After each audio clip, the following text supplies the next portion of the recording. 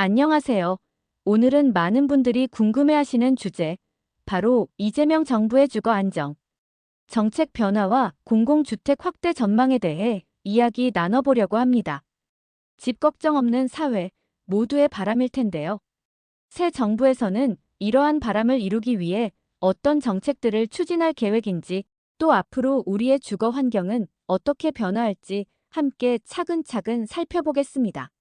특히 주거 취약 계층이나 청년, 신혼부부 등 주거 문제로 어려움을 겪고 계신 분들에게 오늘 영상이 조금이나마 희망을 드릴 수 있기를 바랍니다. 함께 주거 안정 정책의 변화를 짚어보고 미래를 조심스럽게 예측해 보도록 할까요?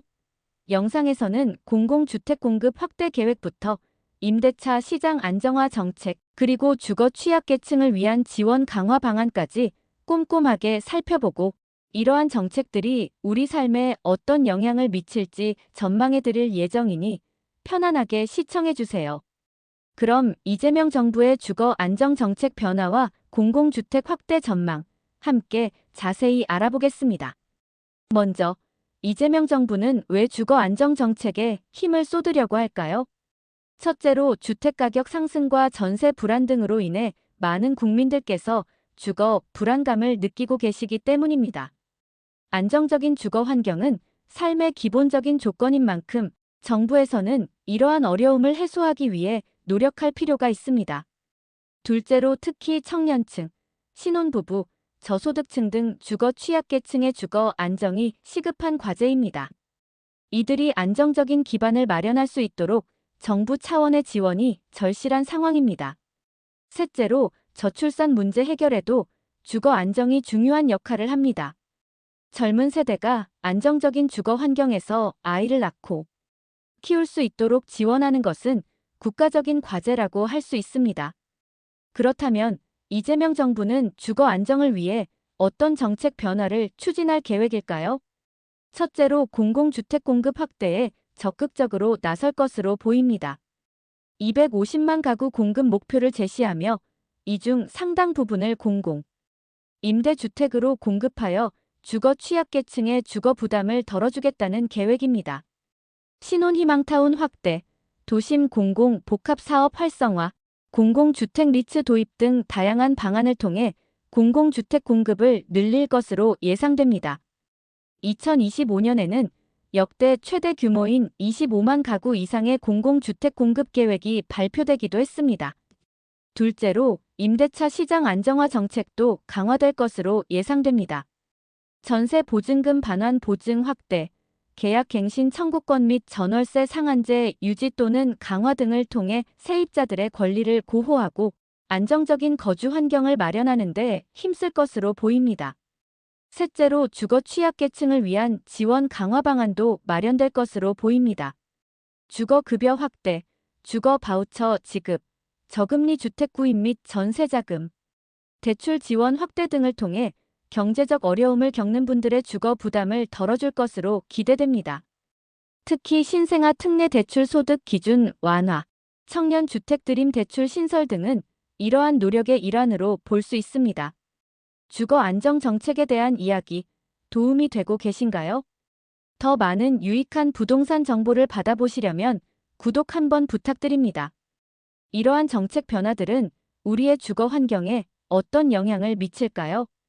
첫째로 공공주택 공급이 확대되면 저렴한 임대료로 안정적인 주거 공간을 확보할 수 있는 기회가 늘어날 것으로 기대됩니다.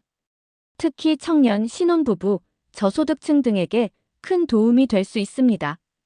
둘째로 임대차 시장이 안정화되면 전세금 반환 불안감을 줄이고 예측 가능한 범위 내에서 안정적으로 거주할 수 있게 될 것입니다. 이는 세입자들의 주거 만족도를 높이는 데 기여할 수 있습니다. 셋째로 주거 취약계층에 대한 지원이 강화되면 경제적인 어려움으로 인해 열악한 환경에 거주해야 했던 분들에게 보다 나은 주거 환경을 제공할 수 있을 것으로 보입니다. 하지만 이러한 정책들이 성공적으로 안착하기 위해서는 몇 가지 과제도 남아 있습니다. 첫째로 공공주택 공급 목표를 차질 없이 달성하기 위한 구체적인 실행 계획 마련이 중요합니다. 단순히 공급 물량 목표만 제시하는 것이 아니라 실제 주택 건설 및 공급으로 이어질 수 있도록 효율적인 시스템 구축이 필요합니다. 둘째로, 임대차 시장 안정화 정책이 시장의 자율성을 지나치게 침해하거나 공급 부족을 야기하는 등의 부작용을 최소화해야 합니다. 시장 상황을 면밀히 주시하면서 정책의 효과와 부작용을 균형 있게 고려해야 합니다. 셋째로, 주거 취약계층 지원 정책이 실질적인 도움이 될 수 있도록 지원 대상 확대, 지원 금액 현실화 등 지속적인 개선 노력이 필요합니다. 마지막으로, 이재명 정부의 주거 안정 정책, 우리 삶에 따뜻한 변화를 가져올 수 있을까?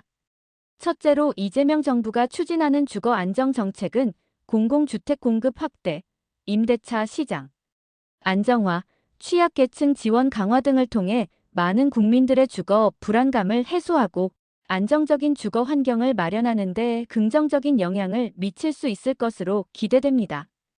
둘째로, 다만 이러한 정책들이 실효성을 거두기 위해서는 구체적인 실행 계획 마련, 시장 상황에 대한 지속적인 모니터링, 그리고 예상되는 부작용을 최소화하기 위한 노력이 꾸준히 이루어져야 할 것입니다. 셋째로, 저희 채널에서는 앞으로도 이재명 정부의 주거 안정 정책 변화를 지속적으로 주시하고 시청자 여러분께 유용한 정보를 전달해 드릴 예정입니다. 주거 안정에 대한 여러분의 많은 관심과 참여 부탁드립니다. 영상이 도움이 되셨다면 구독과 좋아요를 꼭 눌러주시고 소중한 분들에게 공유하여 다 함께 부동산 정보를 나눌 수 있도록 격려해 주세요. 다음에도 더욱 유익한 주제로 찾아뵙겠습니다. 시청해 주셔서 감사합니다.